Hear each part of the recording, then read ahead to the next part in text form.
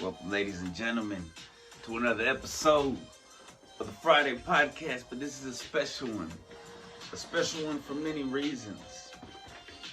It's the first beat I made in years. Shout out to GarageBand.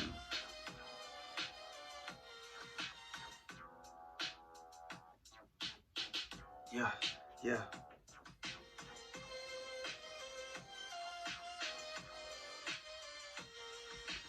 Every time I come around, people want to clown.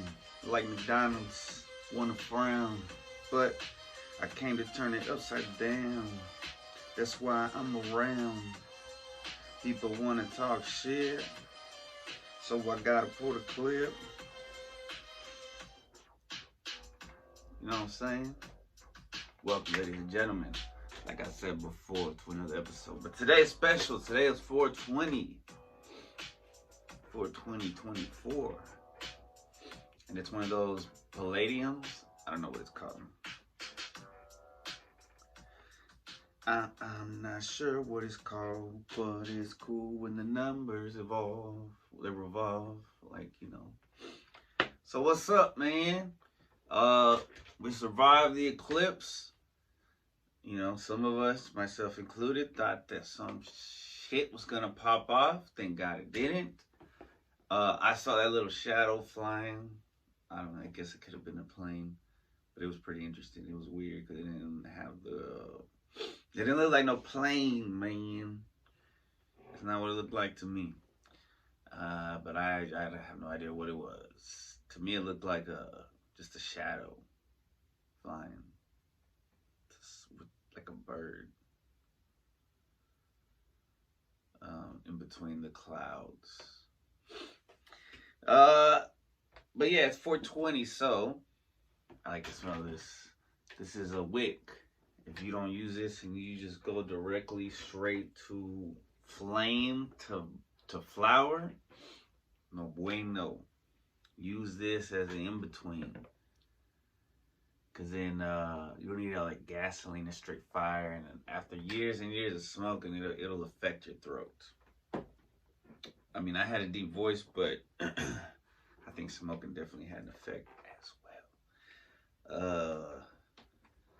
So I shouldn't whisper because then it doesn't pick up sometimes. I don't look great. I haven't been exercising enough. This white shirt shows no secrets. But I didn't prepare anything. I didn't have any clothes ready. I guess I could pull out a shirt right now and just throw it on top of this one. I wore a polo shirt earlier because we had a Bible study, me and the homeboys. Shout out to them. Maybe I'll put a picture up. And shout out to the Inner Chi. We were there, and great products. It's like organic. They got organic drinks. Oh, I forgot my drinks in the fridge. I got an immunity boost. And oh man, I ate these 2 chocolate muffins that are handmade. Delicious. Chocolate chips in there. Oh man. But yeah, it was me, my cousin, a couple homeboys. The homeboy who owns Inner Chi, shout out to him, and then a couple young bucks that my cousin invited. So it was I don't know how old they were. They were young, some of them. So it was like just dudes, right? And we were reading back and forth. We were all taking turns reading Luke 1 and 2. And discussing, you know, taking little breaks and discussing what we thought about it.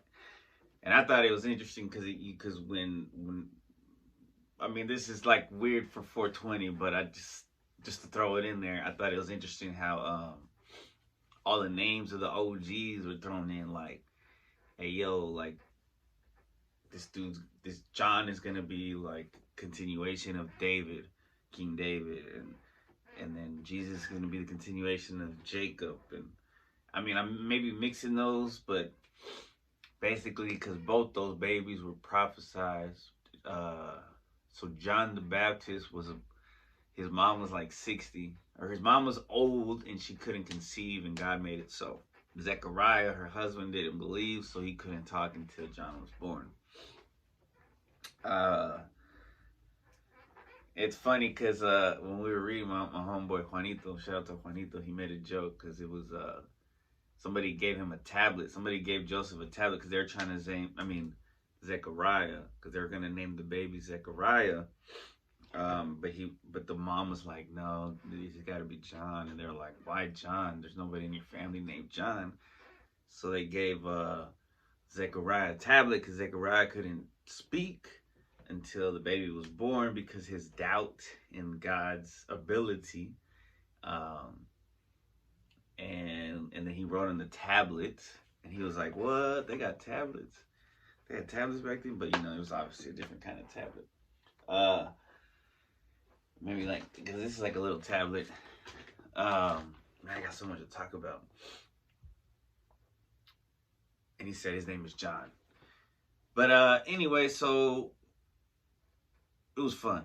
Very fun. Very, very. I was nervous. I got there late, of course, because I'm always late.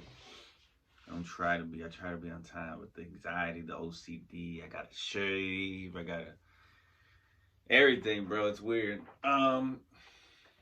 But God is always with us. Even through the struggle. So this week I had to monitor for I drew this I am AI.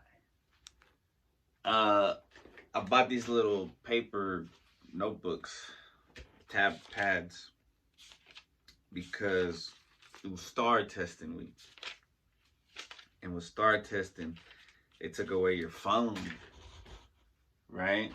They take away our phone, the student's phone, the teacher's phone, and I was just a monitor. So I was literally just, killing time, just random stuff. Well, I wrote cuss words on this one. 420, baby. So I filled this baby up. I even wrote flows. Look at this right here. God sent me here to cause stress and fear to Satan's goons, because 24 is the year. The truth shines brighter than a light in the mirror. In the booth, getting high, buzz like light year. Excuse me. Shout out to my friends, family, and peers. Fuck a Rolls or a Benz, as long as it steers with the power. I didn't finish. I even was so bored that I created a little secret code book. If I wanted to write secret messages, but whatever. Yeah, man, it was kind of fun. It was kind of cool. Well, I like drawing these things. These weird little, I try to make it even on each side. So yeah, that was fun. Weird, interesting. I even made a little Instagram, because I'm, raw addicted to Instagram. I try to remember all the 50 states. I could not do it. And then I had to monitor a class, and there was a map. So I looked at the map, and I was like, oh, I forgot about not Idaho. Which ones did I forget about? Wisconsin, Montana, Minnesota. Somehow I forgot about New Mexico, and Colorado, Wyoming, Michigan. I forgot about all those. But I did decent. I got about 27 of them without help. North and South Dakota, North and South Carolina are the easy ones. You can always bust those out when you need to bring up states. Yeah, that shit was fun, man. So, also, I went on a field trip with my class, my school, to the Arboretum. That was dope. That was fun. I was over there smelling flowers. And then, luckily, my allergies didn't act up at that point. But by the time I got home, I was just sneezing and shit. And I was like, what was I thinking? But it was worth it. It was fun. So 420. 420 is a special day. I have a couple stories of 420. 420 to me, um, I usually always smoke. This is the first time it's on a Saturday, and I didn't really do much. I slept. I've been sleeping a lot because work has been like heavy, mentally, emotionally, physically. Um, and it's not like when you're young when you can just smoke all day, and weed was cheaper back then. You can get like a sack for like $10 or something. Now it's a little different. Um, but a couple of memories from 420. So when I was in high school, my freshman year, I had a Sharpie and I tagged up 420 uh, in the gym somewhere, and I got caught. I don't know how I got caught, but I got caught, and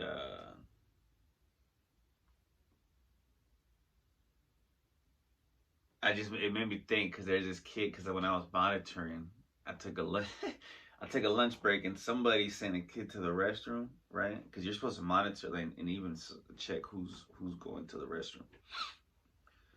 Uh, and some kid went in there with a couple bottles of liquid paper, whiteout, and just. And I was just thinking like I did the same kind of thing, like but whatever. Uh, So anyway, I got in trouble. They called my parents, and I was like, "No, 420 doesn't stand for weed," because they were trying to tell my parents, "Oh, he must smoke weed." And this is when I was trying to hide this shit. I hid it from my parents for a while. I got caught a few times, and then I had to like keep hiding it and shit. Um, but I told them because I had heard from somebody that 420 also stood for Dallas, Texas, because the D is the fourth letter of the alphabet, and T is the 20th. So I was like, nah, DT, Dallas, Texas, whatever. Uh, the next time I have a really cool 420 that I recall was when after I had graduated, um, my dad my dad has worked at hotels my whole life, nice hotels, and he was at this one where Bone Thugs-n-Harmony went to one time. And he was telling them, "Hey, yo, my son raps, da da da." And my dad was like, "Hey, you should come up here. You can meet them." And I was scared. I was nervous. I was like, "Oh shit!" I said, "I'm not ready." And so I was getting ready and shit. And finally, I went. He's like, "Well, they left. They went to a studio." And he said, "But I could give them your CD when they come back if you want." And I was like, "Yeah, thanks." My dad, man, I love my dad. And he did, right? And I didn't hear from them for a while. And then come 420, like 2009, 2010, I don't even know. Somebody from their camp calls me up from a private number. I wake up, they call me, and they're like, "Hey, man, is this Lil X?" And I was like, "Oh yeah, yeah, what's up?" And I mean, I don't remember exactly how the conversation went, but it was basically that. And then they were like, "Say, hey, we really like your CD. Um, keep doing it. Keep working. Keep rapping. Keep promoting yourself. Because I know this. They're independent. Bone Thugs after Ruthless and stuff like they do a lot of independent stuff, and they're like OGs. Like they keep it OG. Um, and they say we'll work with you, and they do. They work with anybody if you have a little bit of noise behind you. You know what I mean? Like if you got a name already. Um, so if I feel like if I would have kept working at it, I would have had the opportunity to work with one at least of them. I would love to work with all of them. Uh, Yeah, so that was dope as fuck. And that same day, I was so like cloud nine, and then I went to go kick it with a couple cousins and a couple homeboys, and we went to the lake, and I think it was the same time. So we were nah, cause that all right. So that was a different time, cause I remember we were just hot boxing and it was chill. No cops pulled up. A different time at the same lake, some cops pulled up, and I had to like uh, step up and tell the cop, "Nah, those aren't our beers. Those are our uncles who went to go get the fishing rods." And he's like, "Oh, well, y'all gonna have to leave for now. Throw that shit away." And I was like, "All right, cool." And then we was about to leave. Well, first he asked us, "Hey, you got some licenses that say you're 21 so y'all can be having those beers?" And I was like, "Nah, but those aren't ours." And then when I was about to drive away, the cop was like, he was like a sheriff. He was like, "Hey, since you don't have does that mean you don't have a license?" And I was like, "Nah, I just don't have one that says I'm 21. And he just laughed and was like, "All right, man, y'all be safe." Took off. Everybody was high as hell. Interesting.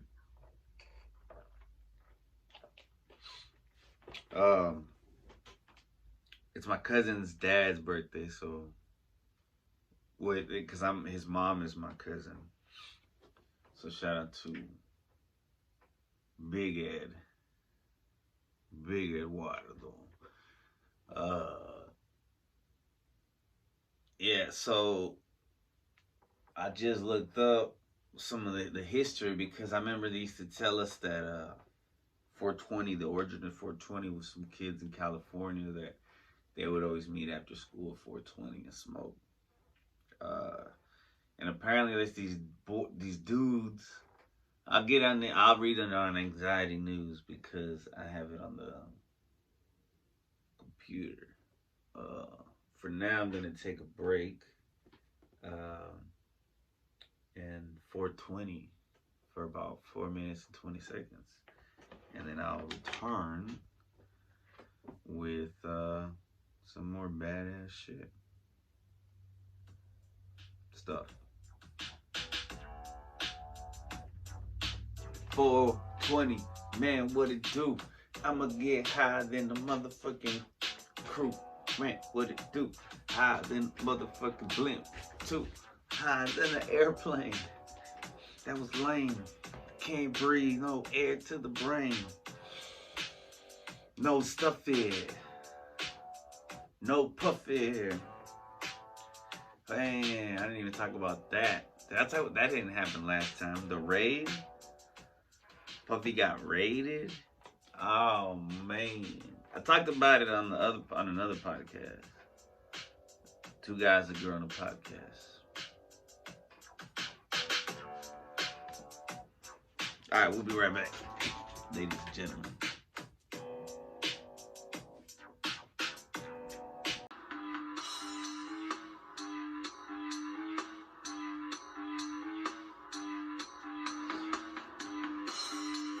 Yo, this is an old song from my first album, from Silent Assassin. This is a beat I made.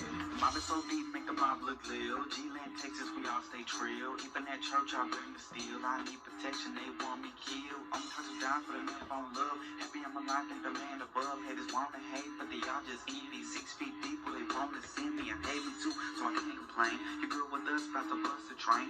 Dudes getting jealous, so they going insane. Some call me X, some call me Pain. Call me whatever, but never in vain. Respect the player, don't respect the game. This for the Crips and this for the Bloods. Always pushing whips with 20-inch dubs. Lots of cheese when the Crips never cut you. What you want to do, dog? Do what you buster. One with the team dance. So when I made that CD, I fucked up. I fucked up in a couple ways, but the main way was, if you notice, once the hook started, it got real quiet. For some reason, I turned it on surround, so whenever you're listening on speakers that are not surround, it's hard to hear it. So that was dumb. Should have never did that. There are 7 deadly sins, Captain. Gluttony, greed. But when I went hard, sometimes I went. crazy life. You don't want my kid to buzz just like a Trojan. Dude, you about to die, so say your prayers and say good in convulsions. You don't want my kid to buzz just like a Trojan. Dude, you about to die, so say your prayers and say good night to the true rap slayer. Player hater, I'm a killer punk, and he conceal his body up in the trunk. That's just the way it goes. We did the crazy life. I didn't hurt that dude, he was my crazy night. It's not what you say, it's how you say. It's not how you hold the tape, it's how you spray. It's not how you talk, it's how you live. I think that one I didn't put it on there.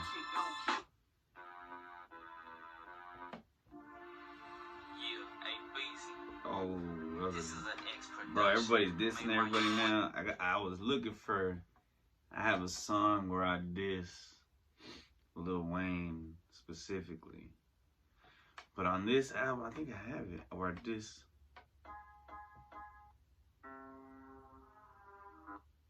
It's called The Resurrection. No, I guess it's not on this one.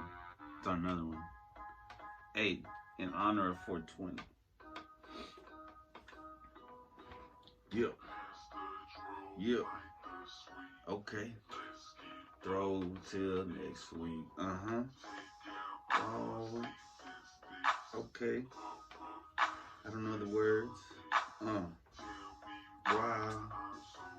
So high. Every day of my life. My smoke. Oh, okay. Yeah. Definitely. Roll it. Take a puff. I'll be blazing the blunt like every day of the month. Cause that green is all I need. That green is all I screwed up my song right there. Like, not screwed up, like fucked it up, but screwed up, like slowed it down. Sweet, I got that blueberry dro. Man, you a scary hoe if you can't hang with us. Cause we be smoking and talking so much is dangerous. Y'all claim the plug, but y'all don't talk like me. This song is dedicated to those who don't like me. So light up the hands Those who don't like me. That was a weird thing I did. I'm pretty blaze, but that's no Diddy. I didn't mean to do that. I was like rapping.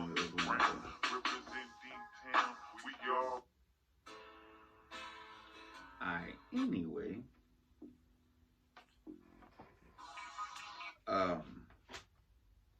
So 420 origins traced to San Rafael's Waldos. So this was published today at 11:11 in the morning. Pretty interesting. Oakland, California. Marijuana, and this is from KTVU.com. It's Fox 2. Oakland. Marijuana culture's high holiday. 420 falls on Saturday. Blase.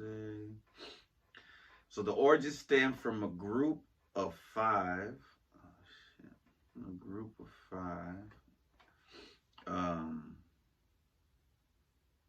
Marin County men, now in their 60s, who coined the slang term in 71 while students at San Rafael High School. The group called themselves the Waldos, a term first used by comedian Buddy Hackett to describe odd people. The clique consisted of David Reddick, Steve Capper, Larry Schwartz, Jeff Noel, and Mark Gravitch, who routinely gathered at a specific spot on campus. We used to meet on this wall in the middle of school, and that's how we got our name, Reddick said. The then teenagers were jokesters or social satirists, whose only agenda was to bring laughter to those around them. They also just happened to indulge in marijuana. Early days of 420. Sure, we smoked a lot of weed, but it wasn't so much about pot. It was more about the humor between us. The weed just enhanced our humor, said Reddicks, a filmmaker and retired cameraman and field producer for CNN in San Francisco. The 420 reference first emerged just ahead of a Waldo safari, described by Reddicks and Capper as field trips where the group would explore the Bay Area and beyond. One of these excursions involved a search for a cannabis patch. Capper explained that a friend's brother, a member of the U.S. Coast Guard stationed at Point Reyes, was growing cannabis there. For some reason, they got paranoid that their commanding officer was going to bust them. so they decided to abandon the patch, Capper recalled. Capper said his friend's brother drew a map and gave the teens a go-ahead to harvest the potent crop. We got very excited. Free weed back in the day was a no-brainer, he said. The Waldos eagerly ventured on their Waldo safari to find the illicit grove. We decided to meet after school. There's a statue of the chemist Louis Pasteur who invented pasteurization, and we decided to meet at the school at the statue at 4:20 p.m., Capper explained. He said that the group chose the exact time for various reasons. Some of the Waldos had football practice or study hall early in the day, so priorities came first, and then the fun followed. Reddix remembered we would get high and then jump into Stevie's 66 Impala with the killer 8-track stereo and drive out to Point Reyes looking for the patch. After the first failed mission, the Waldos decided to continue their quest for the elusive marijuana crop, using the term 420 Lewis as a reminder for their after-school meetup. Though they never found the plants, their private lexicon, 420 Louis, and later just 420, stuck.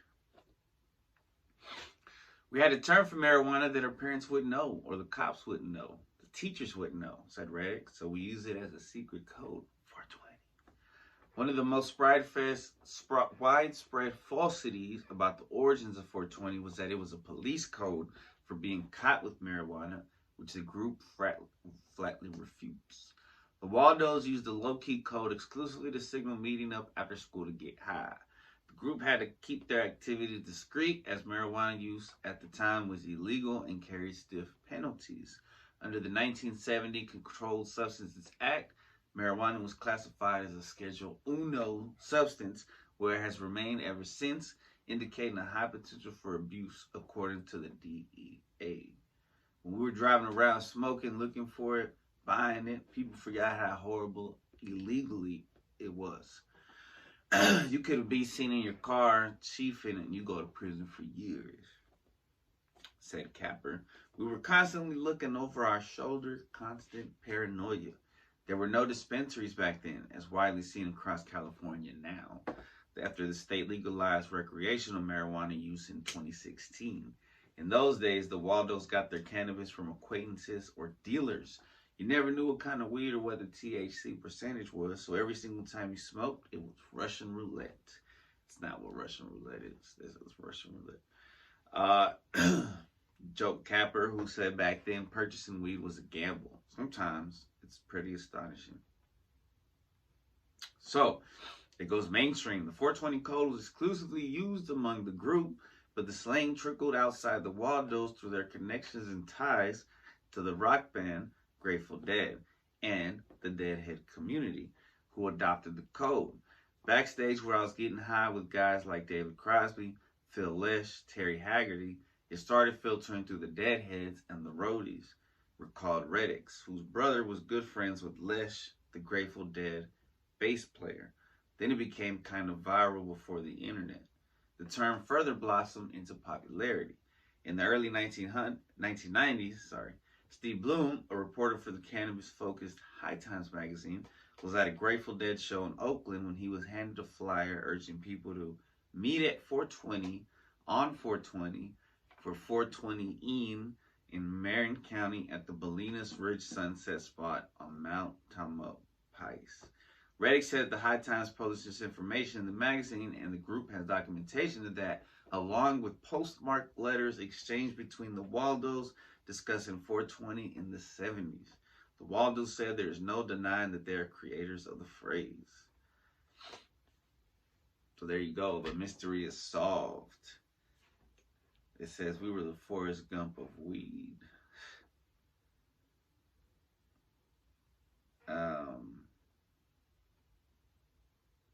It's wild. It's very interesting how that came about. How people can have an impact on society and culture in such a way. All right. So, I don't know what one question I'ma go to. Oh, I already did this page. This page is done. This page is done. Okay, this is a good page right here. A good half a page at least. After it is also another page. Looking for a pen to begin. All right, random. What is it called? I already forgot, bro. This is a bad thing about 420. 3,000 questions about me. And today we're going to do question 848, starting at 848, randomly. Do you have an expansive vocabulary? Well, perhaps one could specifically identify myself as an educated scholar with an extensive vocabulary. Yes, motherfuckers. If you had to create chapters in your diary or journal, name 3 chapters. Oh, shit. That's a good question. Number 849. If you had to create chapters in your diary or journal, name 3 chapters. So not like your autobiography. Your journal? Chapters in your journal? Sex is 1.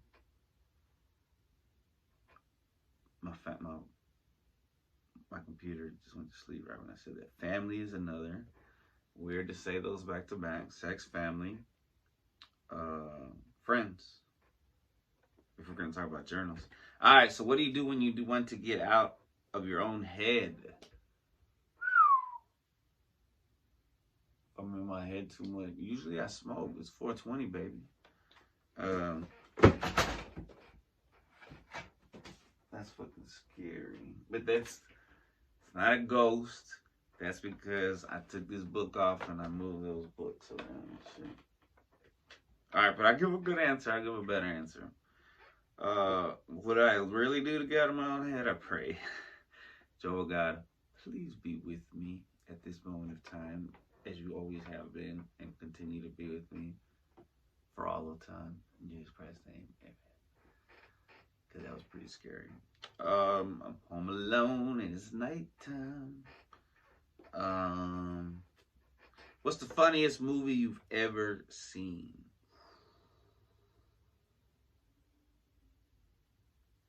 Damn, I'm trying to think of a movie that just like had me on the floor.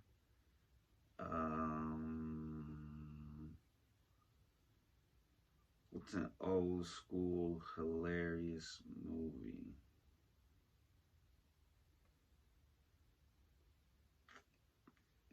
That's fucking hard.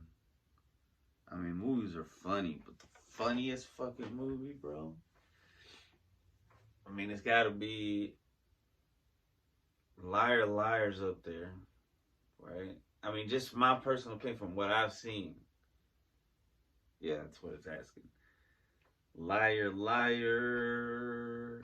You know, Jim Carrey's an OG. He's got to be one. Oh, Ace Ventura, Pet Detective, the number 2, because at the time it was just hilarious.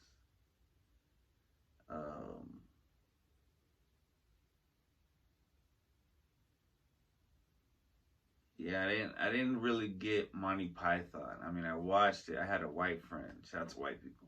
I had a white friend that showed it to me, and it wasn't my cup of tea at the time. And then on the other side of the spectrum, my dad had Naked Gun, which I didn't really get at the time.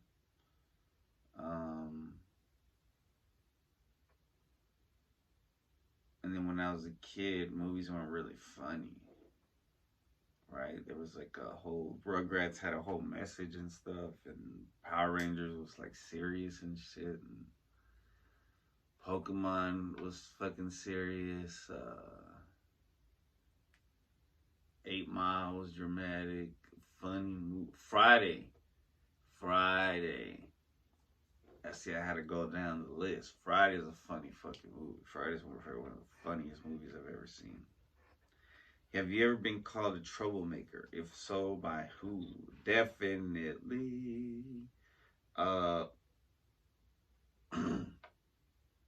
When I was in middle school, in the beginning of high school, I had a friend.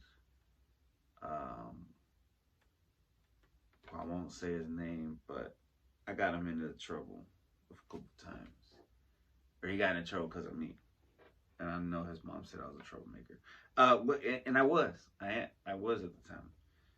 What is something in life you really have an appreciation for that most people don't? Trees, plants, bees, ants. You know what I'm saying? The little things. Which was the greatest empire? Right now, I mean, it's the American Empire was the greatest and can still be. Has anyone ever blackmailed you? No, definitely not. That'd be fucking crazy. Thank God. I don't think so. Do you give your opinion and feedback on surveys? At work, we have to. I've done it a couple times to try to win something, but I never win, so I don't really do it too much. Have you ever been in a tug of war? Did you win? We did a tug of war, and I think a couple times at a couple family reunions. And I don't recall being on the winning or the losing side. On field day, the kids do it, but I don't recall being on either side as a winning side. I don't know if the teachers do it. I think we did. What do you hate the monotony of? Any kind of monotony, man. Sometimes it's like, damn, just do this forever and ever and ever. Some monotony's good though. Like, I don't know. I think it depends on me, the mood that I'm in. What's your favorite flower? 420 is my favorite flower. Do you think a stay-at-home mom works just as hard as a career woman? For sure, man. 100%. Cooking and cleaning and feeding and washing and being like a fucking counselor and masseuse and, you know, I'm thinking my grandma did a lot. She still works hard. You know what I'm saying? And then imagine having to do both. What the fuck? It's crazy. So apparently I did this one already and that one. Now I'm gonna jump to this one real quick. What or who has made the biggest impression on your life in the last year? It has to be my son, right? It has to be my biggest impression on my life. For sure, my son. I'm always thinking about him.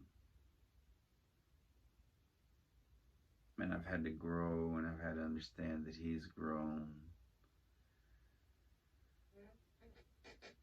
Yeah. Do you bite your nails? Not habitually. Sometimes I'll do it. Like if I'm really like kind of not nervous, but I just need something to do. I'll just be like.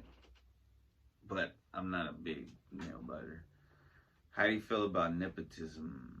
I mean, I understand it. Makes sense. How much would it cost to buy your love? My love is priceless. How often do you laugh? Oh, as much as I can, baby. What instrument do you know how to play? None, but I just made that beat, so I guess the piano, but I don't know how to play it really. Are you good at keeping secrets? If they're mine. What is something quirky you find attractive? No, I'm just kidding. I think I'm good at keeping secrets. Sometimes it's hard though. You know, you want to tell like, look, I have a sister, so I can tell her, and I know she won't tell nobody. What is something quirky you find attractive in a person? I like when a girl kind of has quirky.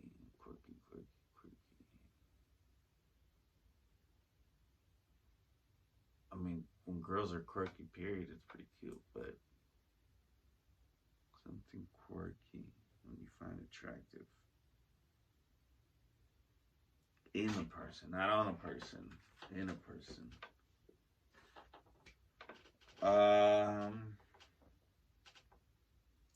Damn, that's a hard fucking question. Something quirky you find attractive in a person. Quirky. Funny, good sense of humor, not afraid to make fun of shit and get made fun of, I guess. Okay, ladies and gentlemen, we're gonna prepare to blast off even higher. And then we'll be right back with angel number, spirit animal, dream meaning, badass woman, her story, anxiety news. I don't know if I'm gonna make it. So many things. I'm gonna blast through it. I spilled half my energy drink in the last break. What was I thinking?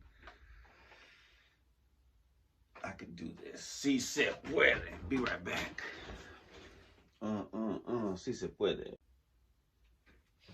Yo, we have returned. And we have burned. And we have learned. Once again. And we have heard the word. It's absurd the way we win. Let me begin once again, my friends, in the end. Pardon me. Alright, so angel number of the week, of the month, whatever it happens, it tends to be 797. Is a message from your guardian angels to open the doors of your soul. Let the light of your inner knowledge sweep you to the depths.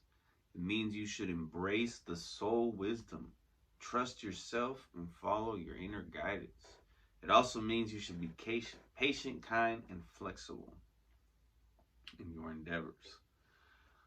Yes, you should embrace yourself and trust yourself. The inner guidance comes from God. Just don't forget that. Astrology.com says that 797 is a message from your guardian angel that you should trust your intuition and inner wisdom when making important decisions. It signifies spiritual awakening, spiritual enlightenment, and spiritual growth. Numerologist.com says it is a message from the divine realm to trust your intuition, open yourself up to new opportunities, and help others. It symbolizes spiritual awakening, inner wisdom, understanding, and altruism. Sunsigns.org says that 797 is a message from your guardian angels and the divine realm to remind you of the importance of enlightenment, inner wisdom, and generosity. It also urges you to live up to your honesty and integrity and to be confident in your choices. You should be open to new opportunities and ideas.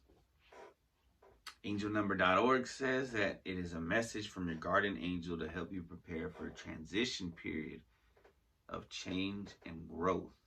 It means you need to be patient, organized, creative, and kind, and to face your past and present challenges with love and understanding.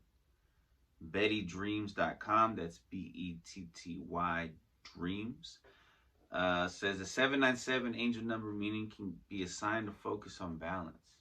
It signals that you will find harmony between your work, life, and personal growth.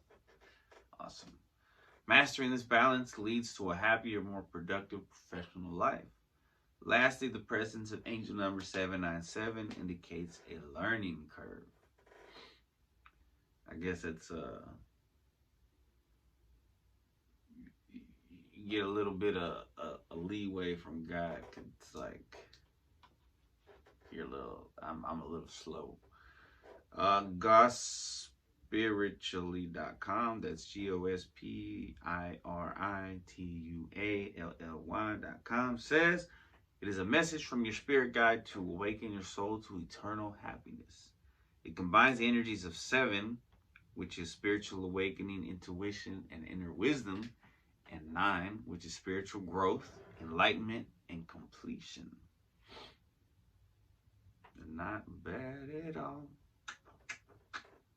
Not bad at all. All right, what's next? Dream dream meaning. So this is a while back. I've been having this rating, but I had a dream about eating edibles in a dream. You know, and that was the first time I ever remembered a dream where I'm eating edibles. So sitelessoracle.com says that the dream about eating edibles is a manifestation of your desire for euphoria. It epitomizes your quest for joy, bliss. 420, baby. If you don't know why I did that earlier in the episode, I said something about 420 in Booksville. But it's because I moved some books to get this book. Just like that fell. Because I moved this book. Now God is with us. In Jesus Christ's name. Amen.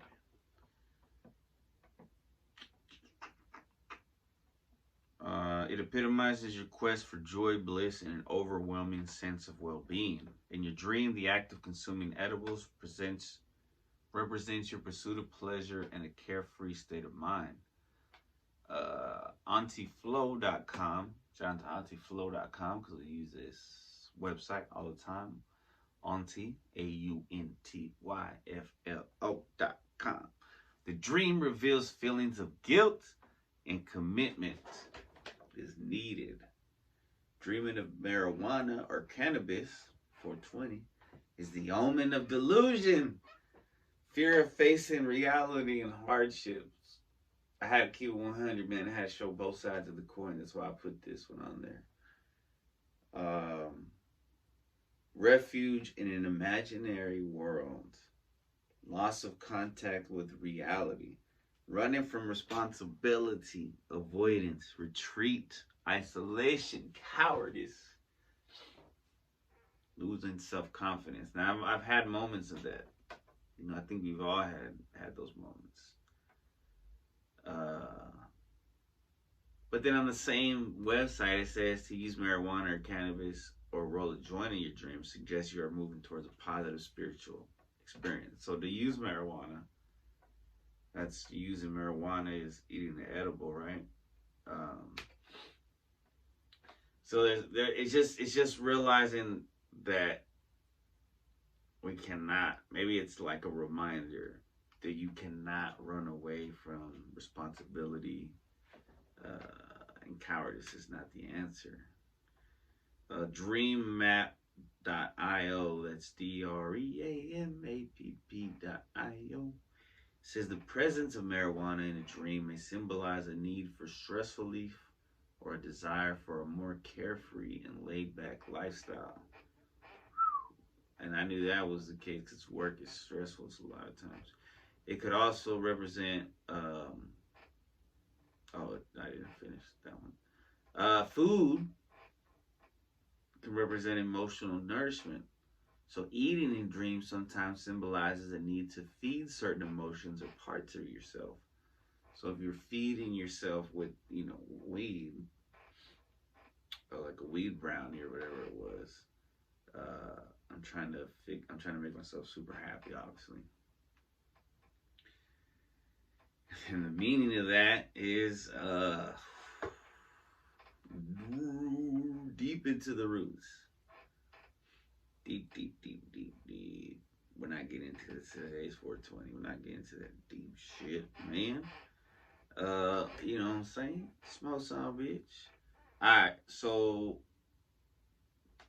about a month ago, I was driving to a cousin's house and there was a camel. Somebody rented a camel or something. They had a camel, or they had, I don't know what the fuck, for what fuck, because I live in Texas.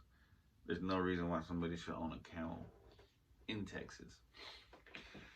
But I figured, that's cool, let me look it up. So whatismyspiritanimal.com says the camel teaches you how to endure challenges, feed your soul, and nourish your spirit.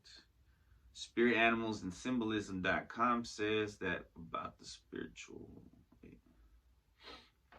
Says in different cultures and traditions, the camel may be a symbol of strength, perseverance, endurance, patience and transformation.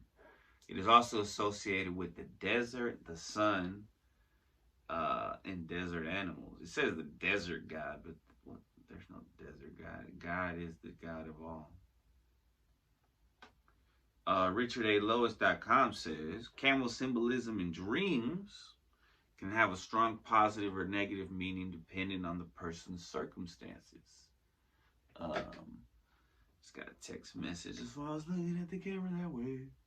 A camel dream interprets being patient, calm, confident under pressure. A camel may symbolize your willingness to get through difficult times without losing hope for better days. Better days, better days, better days. Traveling birder. TravelingBirder.com says, particularly the two-hump camel is seen as a symbol of conserving resources and self-sufficiency. I found that one so important. Saving money. Qualities that are essential for survival among nomadic peoples like the Bedouin in the Middle East and the Khalqa. The camel signifies courage and strength. Symbolopedia.com says, in dreams, the camel may represent the dreamer's ability to endure hardships and overcome obstacles using inner strength and resilience. Seeing a camel in a dream may indicate that the dreamer is taking on too many responsibilities or burdens. Reflect on that, ladies and gentlemen. If you've seen a camel recently or in a dream or in life. Okay, I'm going to take a break, Ski, so we can talk about the news, Ski. Do I have any news articles? I have at least one. It's funny, the one I have written down, it just says, anxiety news, Pornhub in Texas down. But there is other news. All right. We'll be right back. Ahorita regresamos. Sí. Yo. Alright, so I was sleepy.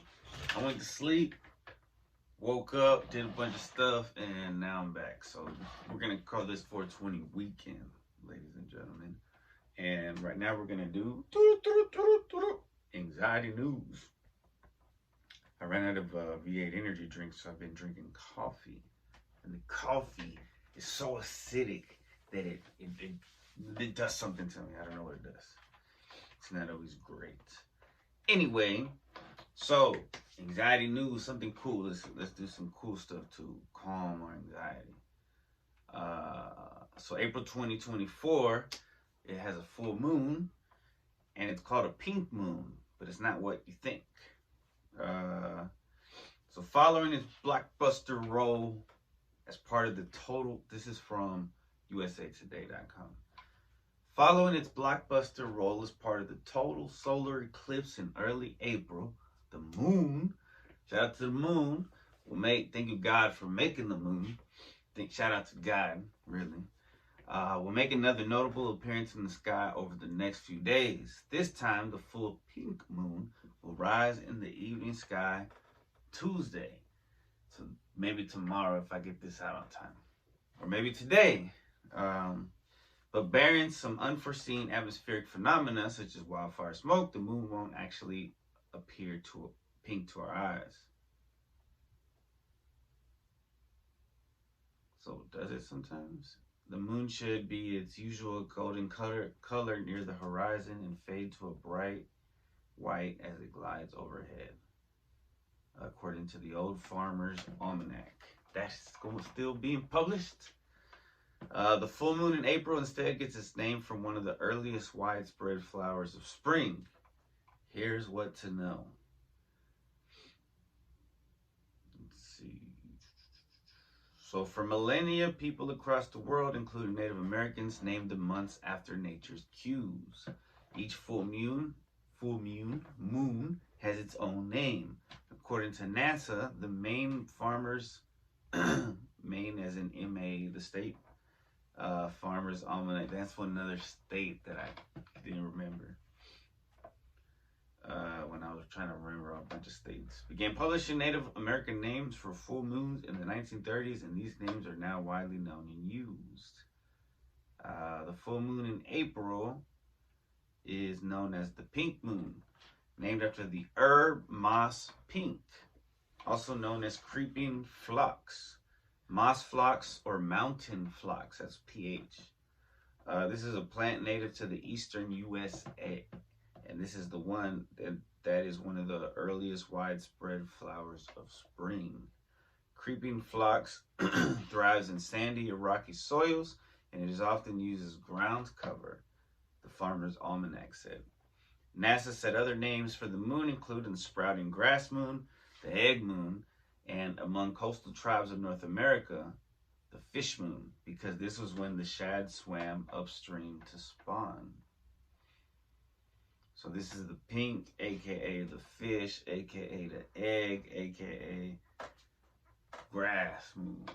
I like grass moon because it's 420 week. I'm just gonna turn into the whole week.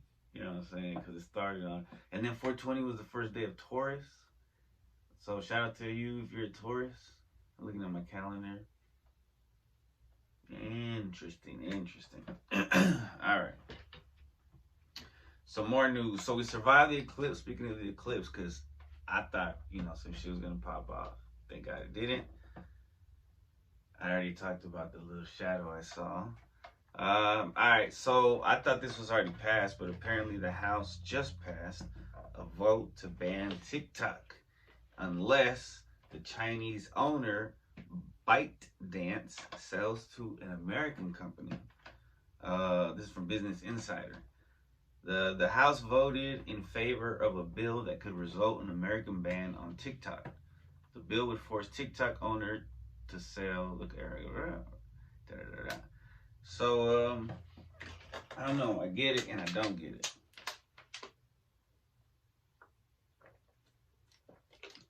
Pardon me, ladies and gentlemen. It is still 420 weekend and gotta stay hydrated. So this is why I understand it. It's used to spy on our phones. There's potential for them to be capable of attacking us, supposedly.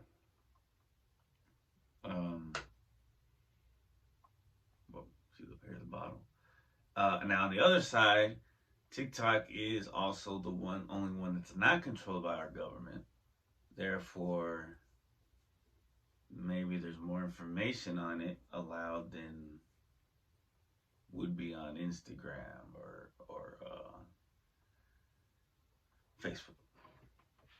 Who knows? So I don't know. It's interesting. We'll see in the next few days. Hopefully, what's gonna happen. Israel, Iran has been popping off. Hopefully that stays not too crazy. I think it's chilling right now. Some dude set himself on fire. Talk about anxiety, and they just fucking. I'm sorry. They just showed that on Instagram. Like you just watch the dude. And like it's like, whoa. Oh my goodness. And his manifesto was interesting. He said Trump's with Biden. They're gonna do a coup on the government, and it's like, it sounds kind of crazy, but I wouldn't be surprised. I guess I don't know. What the fuck can you do though? Just like be in awe. What's next? Everybody's dissing everybody. Drake dropped like a couple tracks. Supposedly Taylor Swift dissed Kim Kardashian supposedly, and I don't know what's going on.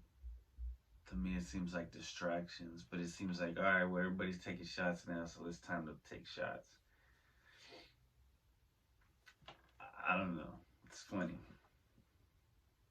Quite funny. So it says the Supreme Court takes on Donald Trump, abortion bans, and homeless camps in Blockbuster Week. That was in USA Today. What they gotta say? Let's click on that. Let's click on that. Click on that. Damn. Yo, now that I can make beats, I can make like an intro for every,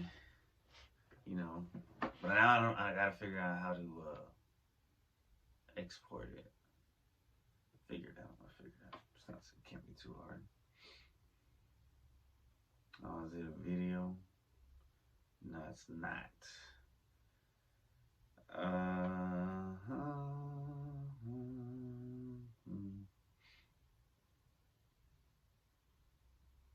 Man, I can't click on this shit. Whatever. It doesn't even matter. What's gonna happen is gonna happen. We're not there to control it. We can't do nothing about it. All we can do is control our lives. But it is good to be aware of certain things, to be like, okay, this is happening because they're distracting us from something else usually. There hasn't been no news on the boat smashing into that bridge. Let me look that up. Let's see. Baltimore Bridge. In 50 years, the kids are gonna be singing a song like "The London Bridge is falling down." I don't know how the song goes. I never sang it as a child. Ring around the rosy. Okay, so third shipping channel opened at site of collapse, Baltimore Bridge. So that's good.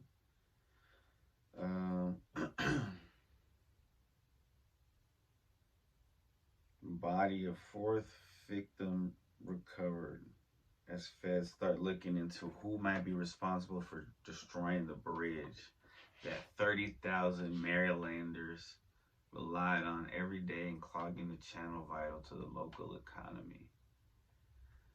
Oh, somebody's got to pay for this shit. Somebody's got to take responsibility. Damn.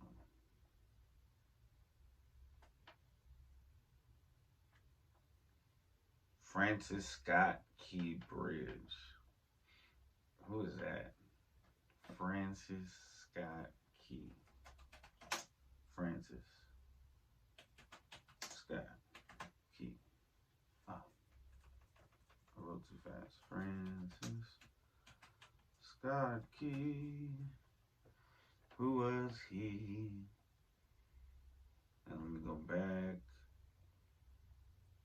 Because they opened up another channel, alternate channel. So that's good. So hopefully that helps business.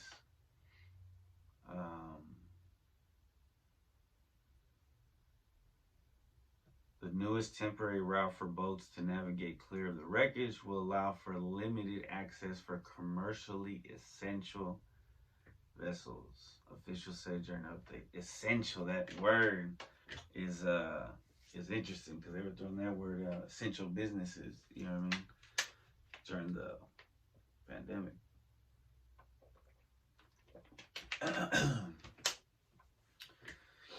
But, essential, I'm assuming it means food, but everybody has their own opinion on what's essential. The U.S. Army Corps of Engineers removed a large piece of steel debris from the water to help open the temporary shipping lane. Damn. The 984-foot Singapore flag ship struck the 47-year-old bridge at about 1:30 a.m. local time on March 26th. This week it'll be a month ago. After the vessel experienced mechanical failures, crashing into the support pillar. A large section of the 1.6-mile bridge then quickly collapsed into the Patapsco River. Earlier in the week, divers discovered a fourth victim from the site of the bridge collapse. Yo, that shit. I mean, that stuff is crazy. Alright, so I was just curious about who Francis Key Scott was. He was an American lawyer and poet from Frederick, Maryland, best known as the author of the text of the American national anthem, the Star Spangled Banner. Interesting. Coincidence? Who knows? He lived from 1779 to 1843. Star Spangled Banner. I wonder if I just Star Spangled Banner. David Banner. Wow, he was my age. He was 35 years old. He was an amateur poet on September 14th, 1814, after he witnessed the bombardment of Fort McHenry by British ships. The lyrics come from The Defense of Fort McHenry, a poem by Francis Key Scott. He witnessed the bombardment of ships in the Royal Navy in outer Baltimore Harbor and the Patapsco River during the Battle of Baltimore in the War of 1812. Key was inspired by the large U.S. flag with 15 stars and 15 stripes known as the Star Spangled Banner, flying triumphantly above the fort during the U.S. victory. The poem was set to the tune of a popular British song written by John Stafford Smith for the Anacreontic Society, a men's social club in London, to Anacreon in Heaven for the Anacreonic song with various lyrics was already popular in the United States. So it's like a remake song and shit. This setting, renamed the Star Spangled Banner, soon became a well-known U.S. patriotic song with a range of 19 semitones. It is known for being very difficult to sing, in part because the melody sung today is a soprano part. Although the poem has 4 stanzas, only the first is commonly sung today. It was first recognized by official use by the U.S. Navy in 1889. On March 3rd, 1931, the U.S. Congress passed a joint resolution making the song the official national anthem of the United States, which President Herbert Hoover signed into law. The resolution is now codified. So the lyrics. Oh, like why he. Oh, here's the lyrics. I'm not gonna fucking read that.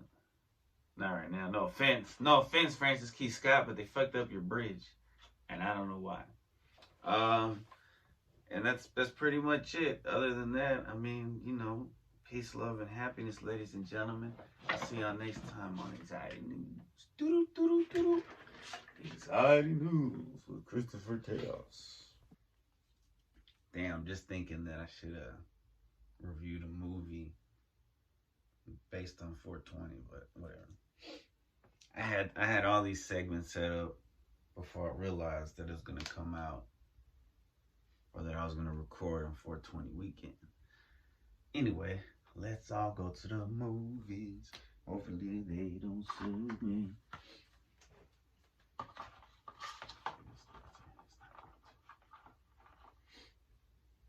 I need to put like a tack. So, a few weeks ago, I watched The Marvels on Disney Plus, and I thought it was okay. It was pretty cool. I wrote a little review as I was watching it. These are some things I pointed out, or that I thought were interesting. It finally brought some finality to the origin of the armband of Miss Marvel, kind of. It also brought together the end of what kind of extended the Wanda, what is it? Wanda Sykes and fucking Vision, the WandaVision, cause Homegirl. I'm not saying that because I forgot her name, I should have wrote their name. I don't remember any of their names. But the Black Captain Marvel, she got her powers in that show from like some magic. And it saw more of her. I liked her character in that show, and then I liked Miss Marvel, the series. The series I probably liked the least so far was She-Hulk. But to be fair, I didn't give it a fair watch. I didn't watch it like all the way through, so I need to do that. Because Marvel holds, I was thinking about this recently. Marvel holds a place in my heart because when my son was young, you know, we used to go see. We saw Ultron. We saw a bunch of Avengers movies together, a couple Spider-Man movies together, Captain America. So Guardians of the Galaxy. So it was a lot of bonding with those movies. And I know a lot of people feel like Marvel fell off in the way they did, but because of that memory I have to give them all a chance, you know. So I liked Moon Knight, Miss Marvel, Captain America, and Winter Soldier. I don't know what there's Sam and Buck and Sam. I don't know what the fuck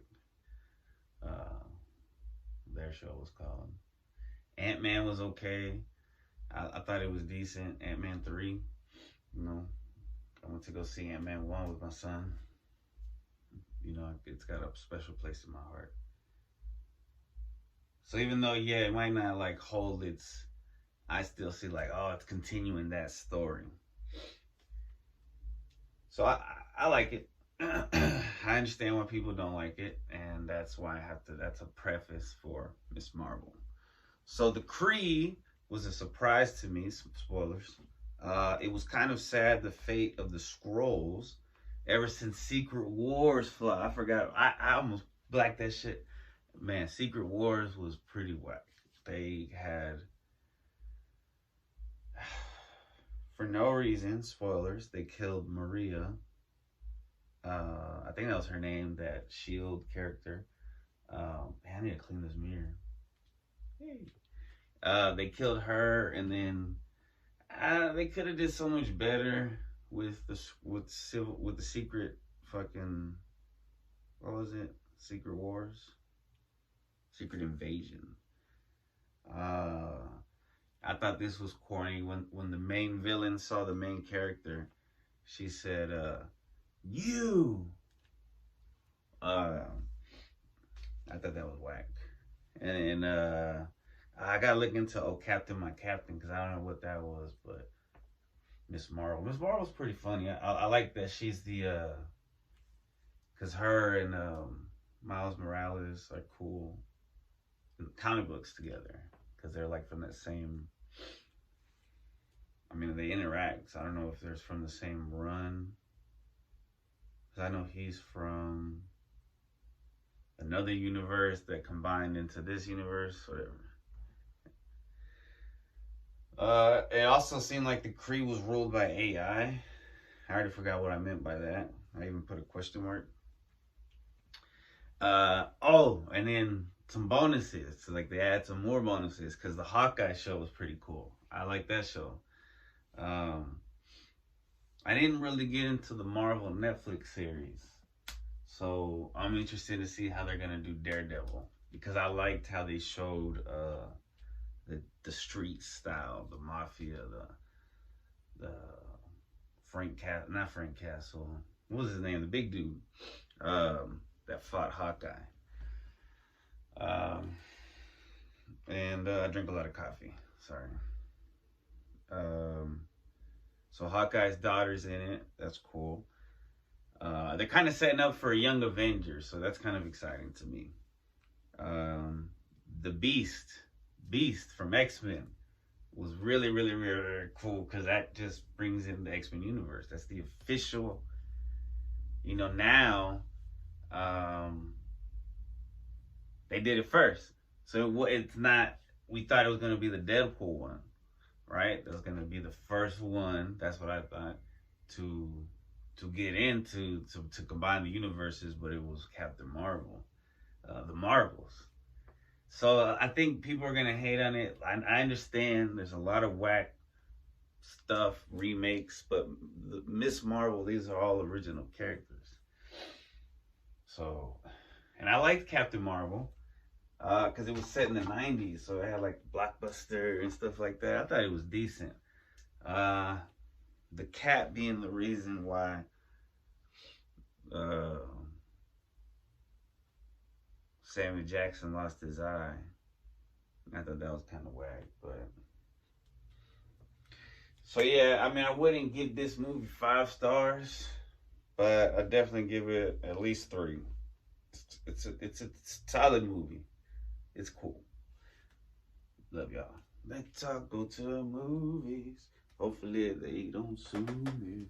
So this weekend, you hear my knees.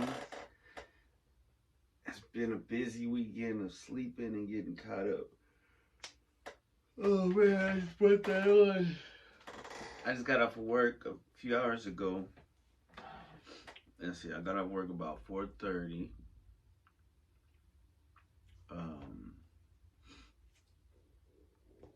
Got home, cooked, and this is so I started recording on 4:20 Saturday.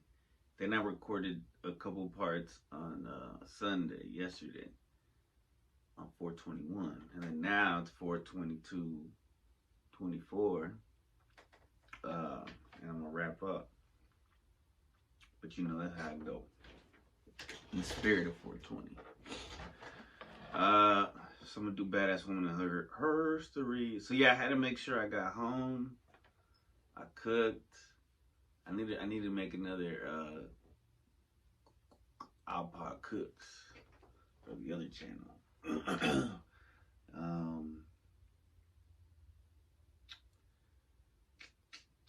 So I cooked. I made some potato. I made 2 different kinds of potatoes. I was experimenting with these little tiny potatoes. And those little tiny ones came out fire. Made some chicken. Boiled a couple of eggs, sliced them up, got them ready for tomorrow. Put some hot sauce on them. I just gotta make a sandwich. I ironed my clothes, you know, so I made sure I did a bunch of stuff. And I was like, all right, I need to do this. I wrote a little checklist. So, bum bum bum bum bum bum bum. No, I can't do that one. Let's scratch that. Bum bum bum bum. Badass Woman in her story. All right, so I'm hyped up. I was hyped up for a little bit because and I was gonna talk about Jaguar Wright because a couple of days ago they dropped on Hood Life or something, Real Life. They dropped part 1 of an interview with her, and so today they dropped part 2. And man, talk about a badass woman in her story. I'm gonna do some research. She's gonna have to be one of them, cause man, bombshell. You know, truth bombs everywhere. She talks about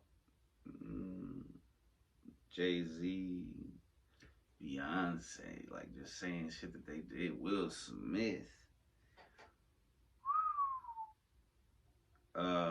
And it's good. It's good. That's all I gotta say. The interviewer is not that good. But you can't have it all, right? All right. Badass Woman in her story this week. Marilyn Vos Savant, born Marilyn Mock. What's that? Oh, text. Yeah. She was born August 11th, 1946. She was an American magazine columnist who has the highest recorded intelligent quotient. That's what IQ stands for. I didn't know that. Intelligence quotient in the Guinness Book of World Records, competitive category, the publication has since retired. What? Since 1986, she has written Ask Marilyn, a Parade magazine Sunday column wherein she solves puzzles and answers questions on various subjects, and which popularized the Monty Hall problem in 1990. What the fudge is that? Let's dive a little deeper. The Monty Hall problem is a brain teaser in the form of a probability puzzle based anomaly on the let's make a deal and enter into the original Monty Hall. Alright, I don't really care. It's like a little cartoon thing. So she's the smartest person ever, I think. Whenever they recorded it, I'm not sure, but she had the highest IQ. Oh shit! I clicked on the Monty Hall problem. Now it's a problem to me. It's like these two doors and a goat.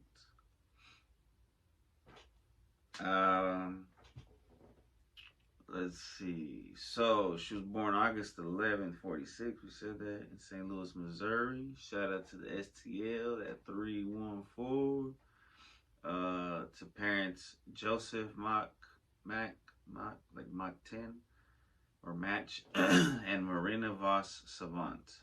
Savant says one should keep premarital surnames with sons taking their fathers and daughters their mothers. The word savant means someone of learning.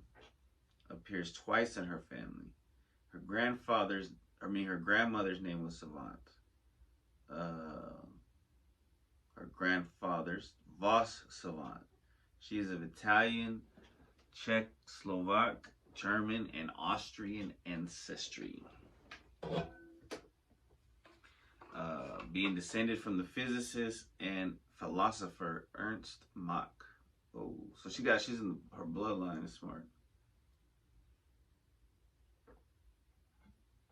So Ernst Walfrid Joseph Wenzel Mach was a Czech physicist and philosopher who contributed to the physics of shock waves. The ratio of the speed of a flow or object to that of sound is named the Mach number in his honor. Oh shit. Oh snap. So Mach 10 is from her family.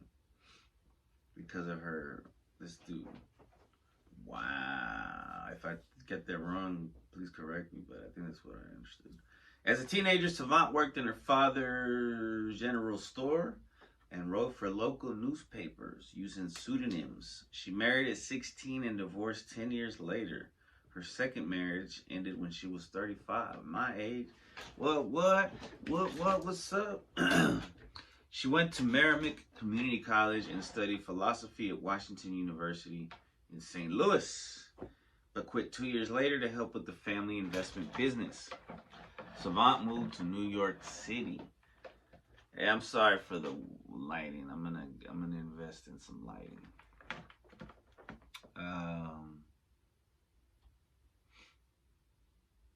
Savant moved to New York in the 80s to pursue a career in writing.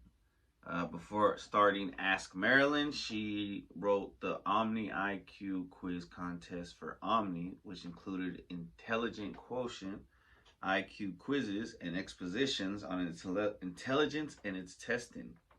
Savant married Robert Jarvik, one of the co-developers of the Jarvik 7 artificial heart. What the fudge is that? An artificial heart is an artificial organ device that replaces the heart. Okay, whatever. Well, what's the Jarvik 7 one? I guess it's just one of the original, or maybe the 7th one. That was made on. Oh no, she got married on August 23rd, 87, and was made chief financial officer of Jarvik Heart Incorporated. Nepotism.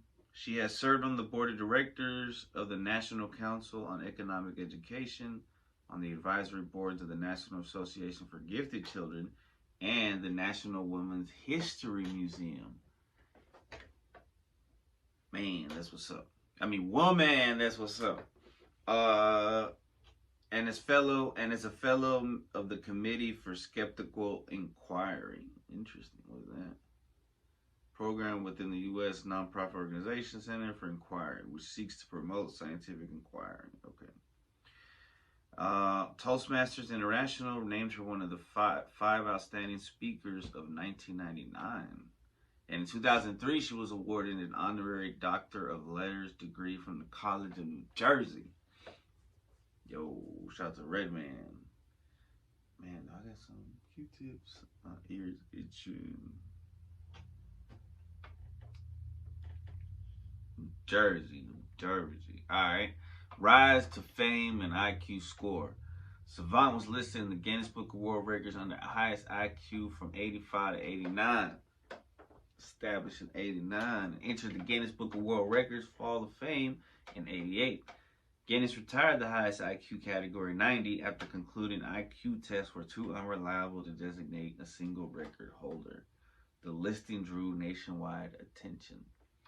Guinness cited Voss Savant's performance on two intelligence tests, the Stanford Binet and the Mega Test. She took the 1937 Stanford Binet second revision test at age 10. She says her first test was in September of 56 and measured her mental age at 22 years and 10 months, yielding a 228. This figure was listed in the Guinness Book of World Records. It was also listed in her book's biographical sections and was given by her in reviews. The second test reported by Guinness was Hofland's Mega Test. Taken in the mid-1980s, the Mega Test yields IQ standard scores obtained by multiplying the subject's normalized Z-score or the rarity of their raw test score by a constant standard deviation and adding the product to 100. For what? For what, bro? Come on, for what? With Savant's raw score reported by Hofland to be 46 out of possible 48 with the 5.4 Z-score and a standard deviation. Blah, blah, blah, blah.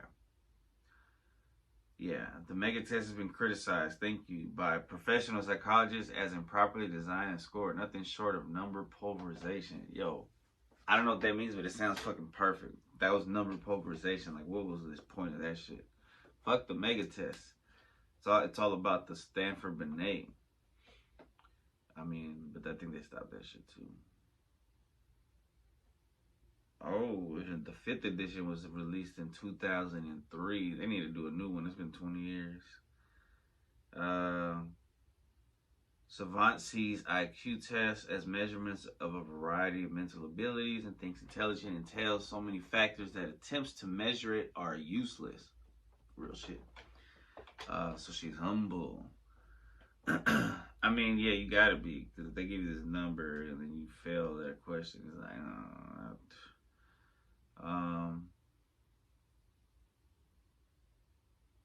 she held memberships with the High IQ Societies Mensa International and the Mega Society. Mega Society. And the Mensa, I heard about Mensa. We talked about them for another badass woman in history, and I can't think of it at the moment. I can't think of who it actually was at the moment.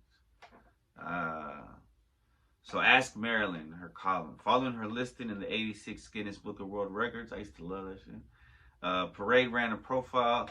I like the 2000s ones though, when they started getting big ones and they were like, well, in color. Because before they were just everything was just words. Parade ran a profile of her along with the selection of questions from Parade readers and answers. Parade's a magazine. Continue to get questions, so Ask Marilyn was made. She uses her column to answer questions on mainly chiefly academic subjects, solve logical, mathematical, or vocabulary puzzles posed by readers, answer requests for advice with logic, and give self-devised quizzes and puzzles. Aside from the weekly printed column, Ask Marilyn is a daily online column that adds to the printed version by resolving controversial answers, correcting mistakes, expanding answers, reposting previous answers, and solving additional questions. No new columns have been published online since October 30th, 2022. I mean, she's got to chill at some point. 3 of her books, Ask Marilyn, More Marilyn, and of course, I'm for Monogamy, are compilations of questions and answers from Ask Marilyn. The Power of Logical Thinking includes many questions and answers from this column.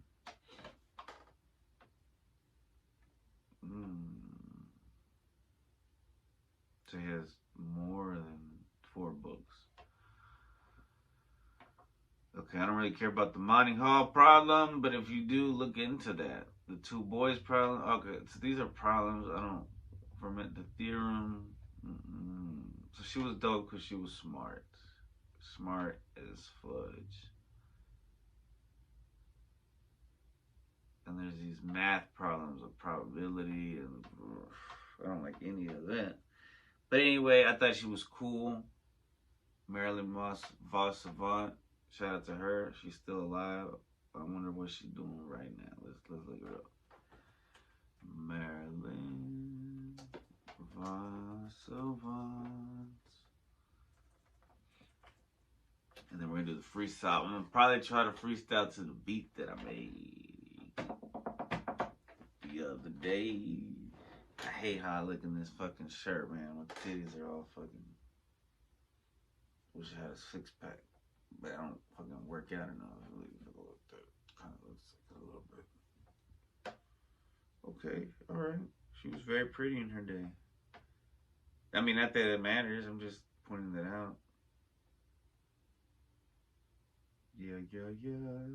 Alright, so I'm gonna take a break, drink some water, come back, freestyle, and finally end this episode. There's probably 10 people watching it till now, and I love you. And if you're just watching the clips, I love you too. I love all of you. And I love me, and I love God.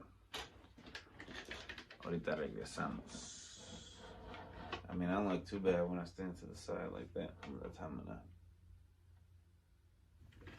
Alright. This is it, finally. This episode will be coming out on April 26th, God willing.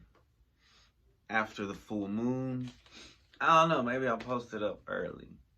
As soon as I get it done. Because I gotta edit it. I'm probably gonna edit it tomorrow. On the full moon day, hopefully all goes well.